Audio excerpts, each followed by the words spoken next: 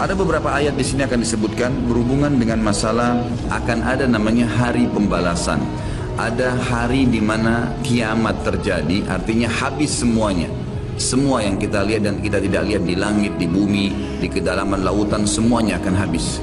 Ada saatnya di mana ajalnya datang, semuanya akan hancur dan terjadilah kiamat. Kiamat ini akan terjadi bila diikuti dengan beberapa tanda-tanda sebelumnya, baik tanda-tanda kecil ataupun tanda-tanda besar.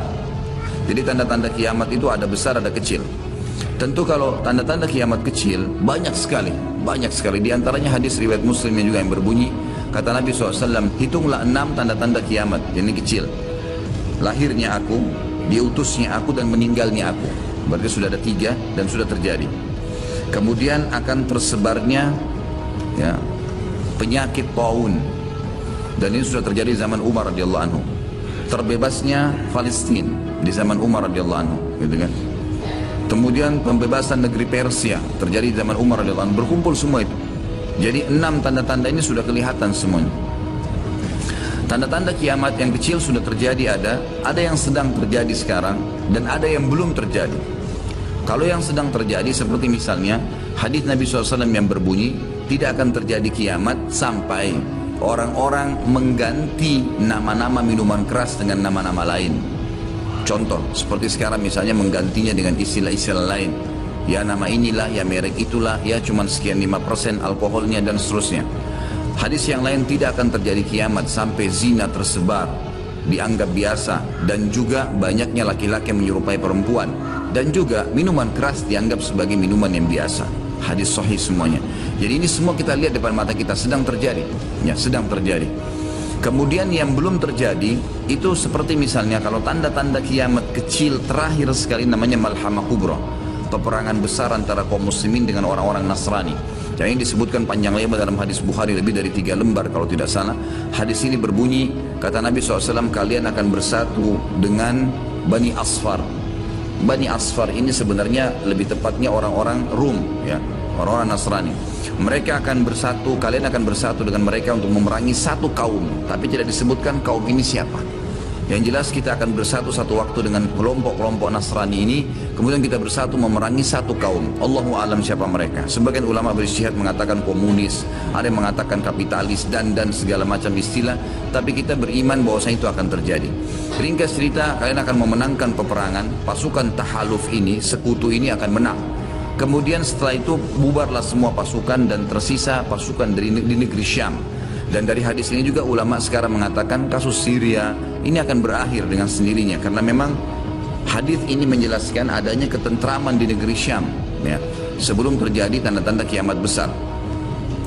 Pada saat itu pasukan muslimin, ya, sedang pulang ke negeri Syam bersama dengan pasukan Bani Asfar ini, ya, suku yang dikatakan dari bangsa Romawi. Kemudian mereka mengangkat bendera salib sambil mengayungkan dan mengatakan, kamilah yang telah memenangkan peperangan ini. Maksudnya kekuatan Nasrani. Maka yang muslim sempat, teman-teman mereka mengatakan, ini kan kita sekutu, bagaimana caranya kalian mengaku ya memenangkan sendiri? Terjadi cekcok di antara mereka. Lalu kata Nabi SAW, akhirnya segelintir muslimin yang ada di situ Allah karuniakan mereka mati syahid, terbunuh semua. Lalu hari kedua beberapa muslimin bersatu untuk berperang, dan mereka juga dikaruniakan Allah mati syahid. Hari ketiga berkumpul lagi muslimin untuk mereka berpegang pada satu kesepakatan untuk tidak akan membiarkan bahwasanya orang-orang Nasrani menganggap menang sendiri. Maka akhirnya hari ketiga pun mereka diikram oleh Allah, dikaruniakan syahadah, mati syahid. Nanti hari keempat barulah berkumpul seluruh muslimin dari seluruh penjuru bumi. Lalu terjadilah perang besar antara kalian dengan Bani Ahmad, dan mereka dibawa naungan 80 bendera. Sebagian ulama hadis mengatakan mereka dibawa 80 negara. Jadi perang besar-besaran.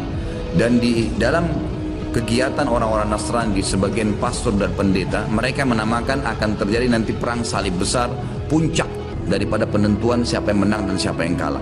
Kita sebagai orang muslim bukan sedang memicu emosi untuk mempersiapkan diri, tapi memang ini hadis Nabi SAW, wahyu yang menyampaikan kita akan berperang melawan mereka, dan ini perang besar-besaran seluruh dunia akan terjadi.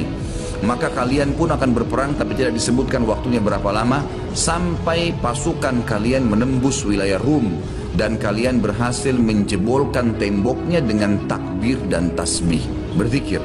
Dan tembok ini sebagian ulama mengatakan adalah Vatikan, karena memang satu-satunya markas orang-orang Nasrani yang menggunakan pintu gerbang. Kalau dibuka dianggap ada sebuah keputusan penting, kalau ditutup berarti sudah segala macam ya yang mereka kultuskan sekarang. Tembok itu akan rubuh dengan takbirnya muslimin. Sebagian ulama hadis mengatakan karena banyaknya jumlah pasukan sampai akhirnya suara mereka begitu bergemuruh dan akhirnya meruntuhkan tembok itu. Allahu a'lam, itu makna hadis. Kemudian pada saat itulah syaitan, iblis menjelma jadi manusia lalu teriak di tengah-tengah pasukan muslimin berkata, wahai muslimin, Dajjal sudah keluar di tengah-tengah kalian. Dajjal sudah keluar di tengah-tengah kalian. Maka teriakan ini membuat pasukan muslimin, mereka tahu benar pada saat itu hadis Nabi SAW yang berbunyi, diriwayatkan Imam Bukhari Muslim, kalau kalian dengarkan Dajjal keluar di satu lokasi, maka selamatkanlah diri kalian walaupun ke gunung-gunung, gitu kan. Janganlah seseorang dari kalian berkata imannya kuat lalu dia sengaja menemui Dajjal, akhirnya dia menjadi pengikutnya.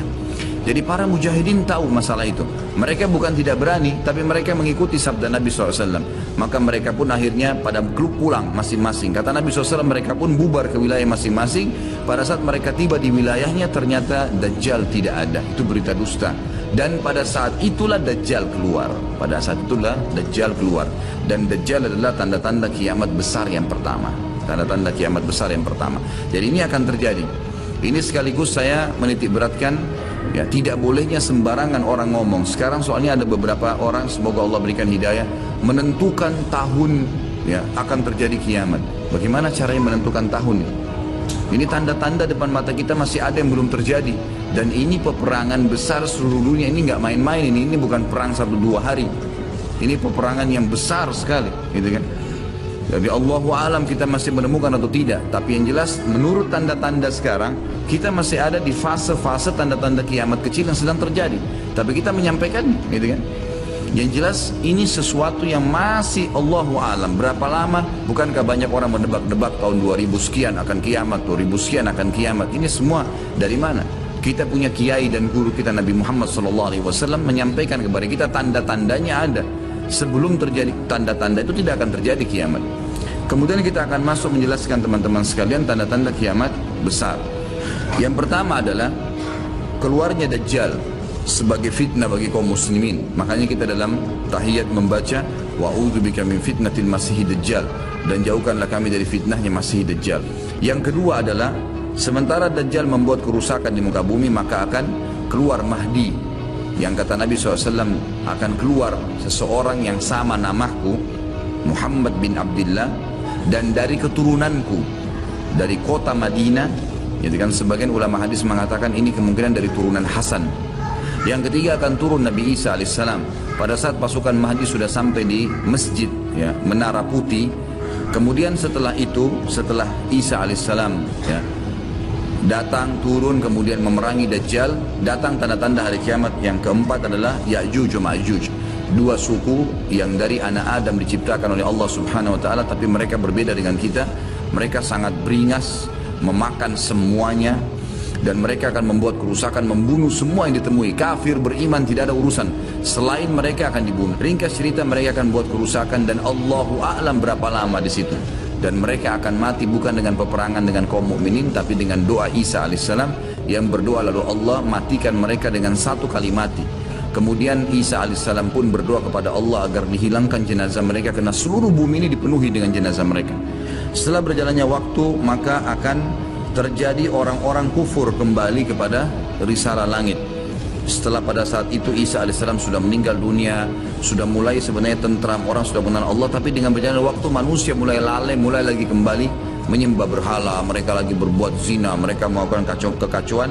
Maka keluar tanda-tanda kiamat besar yang kelima, yaitu keluarnya dabbah atau hewan melata. Yang hewan melata ini akan keluar dari tanah, berbentuk seperti hewan, tapi dia bisa berbicara dan dia membawa cap yang dia mencap orang beriman dan orang kafir. Setelah keluarnya dabbah, maka akan terjadi 6, 7, 8 sekaligus tanda-tanda kiamat ini, yaitu terjadinya longsor besar di wilayah timur, dan terjadi juga longsor besar. Tanda-tanda kiamat yang ketujuh itu adalah di Jazirah Arab dan juga terjadi di wilayah baratnya Jazirah Arab, yaitu wilayah Afrika, dan ini juga akan longsor besar, gitu kan. Sebelum terjadinya longsor, 6, 7, 8 tadi, di seluruh muka bumi ini akan terjadi kabut yang menutupi bumi ini, dan semua dunia ini akan melihat kabut itu dalam beberapa waktu.